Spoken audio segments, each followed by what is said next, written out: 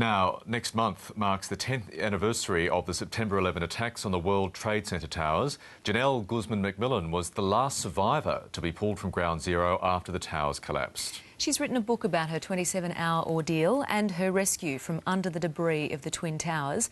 And she joins us now in the studio. Genelle, welcome. Thanks for joining us. Thank you for having me. Now, just taking you back to that day, you'd not long been at work on the 64th floor of the North Tower before the plane hit. Can you just tell our viewers how the situation played out from your perspective? Well, I remember clearly being on the 64th floor of the World Trade Center. I remember being at my desk and I felt the shake. I got up and I walked towards the window, and that's when I saw the bits of paper floating in the sky, and I knew something was wrong, but I thought it was an earthquake. We didn't get assigned to evacuate the building, so we was just going back and forth trying to figure out what was going on. And from that time that I knew that what was going on exactly is when I went into the conference room and saw the reporting on TV. And what struck me as amazing reading the book is that you and a lot of your colleagues stayed put for 30 minutes, 40 minutes before deciding to get the hell out of there. Yeah, I really don't know why we stayed that long.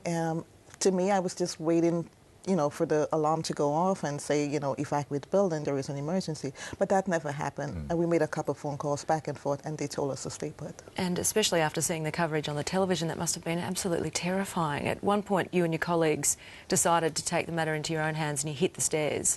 Yes, because it's definitely been a while we've been up there and no one was coming to get us. And one of my colleagues, Pasquale, he decided that we should try and take the staircase because it's been over an hour. And at that point, the building shook again, and that's when we decided to take the staircase. And you were just about out, I think, down to the 13th floor when the tower collapsed. Yes, we head down, and I made it to the 13th staircase, and during that time, I did stop to take my shoes off, and that's when the building just collapsed on the 13th staircase. And what do you remember about that time? You were trapped for 23 hours. What do you remember about that time in the dark, quiet, all alone? Well, being trapped there, couldn't move, nothing to do. I really thought it was a dream. I thought I was really dreaming. I thought I was just, you know, wake up and it's all be a bad dream. But during that time, I just pray and just continue to pray and ask God for a second chance. I wanted to live. And in that time, you had what you clearly believe was a miracle visited upon you. Tell us about that. Yeah, being there and, you know, thinking about my life, thinking about my daughter. She was 12 years, Kimberly, at that time, and she was back in Trinidad. And, you know, I thought about my mom so much and the spiritual aspect of how she grew me up, and I tried to, you know, not be part of that, but I started to pray so hard, and for some reason I put my left hand up, and that person, Paul, grabbed me by my hand and called me by my name and told me that, you know, I'm going to be fine. And this is immediately just before your rescue? Just before I was rescued, I was just begging and pleading with God to, you know, show me a sign, give me a miracle or something. And I put my hand up, and that's when Paul grabbed my hand and called me by name and told me he's not going to let me go, I'm going to be fine. Who's Paul? Well, Paul is really a mystery to me as well. I've been searching for Paul for the past 10 years, and I come to find out that there was no one by that name, Paul. I end up finding Brian and Rick, which I asked them, you know, which one of you was holding my hand and keeping me calm. These are members of the search and rescue team. They were part of the rescue team. But Paul was never to be found, and it's just also weird to me that he never come forward to say he was there. You're obviously a very lucky woman. How has your life changed in the years since September the 11th? Oh, my life has changed dramatically, and for the better reason. It's all positive to me. You know, I accept the Lord and Savior as my Jesus Christ, and I just look forward to doing the best in life. I think I've gotten a second chance, and I just want to make the best of it. You do say in the book that you were fortunate to get a do-over. Are the events of September 11 and what happened to you specifically, are they with you every day, or are you able to put them to one side and forge ahead with the future? At first it was a little hard, but as time goes on, I eventually, you know, developed that faith and trust that I can do this, I can put this behind me. It's going to be with me for the rest of my life.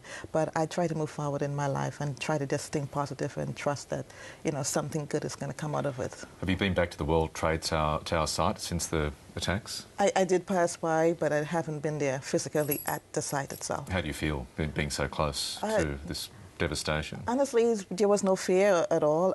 I love what they're doing. The site looks beautiful, and if I have to go back, and I will, I'm not really afraid. And I think it's a good thing that they put it back. We saw pictures from around the States at the time that Osama bin Laden was killed. What impact did that news have on you? Where were you when you found out, and what was your reaction? I was at home, and when I heard that, I felt totally relief for myself, but most of all for the family, because I think there was a lot of closure knowing that he had been captured, and to the point that no one was killed in his process of being captured, and I felt totally relief. But I know it's something that the family, they can't get their lost ones back, but it totally definitely is a relief to most of the family and closure. And how are you planning to spend the 10th anniversary? I plan to be at my church. I'll be speaking at my church, and I plan to be at the media early in the morning, do that day off, and just be with my family and just be grateful. It must be difficult for you, though, because every year I'm sure there would be a swelling of people interested in talking to you about your experience. How do you handle that? Yes, I've been traveling a lot to a lot of churches every year that comes along, and but I think I'm getting stronger every day, and I love talking about it because I see that I bring a lot of hope and faith in other people's life, and I think that's what I'm here for. We should mention too that you did have quite a protracted recovery after you were rescued. Oh, yeah. You were in hospital for 7 weeks, I believe. Yes, almost 7 weeks. I suffered a crushed leg injury, and doctor predicted that I wasn't going to walk in my high heel shoes again. And You've proven them wrong, I see.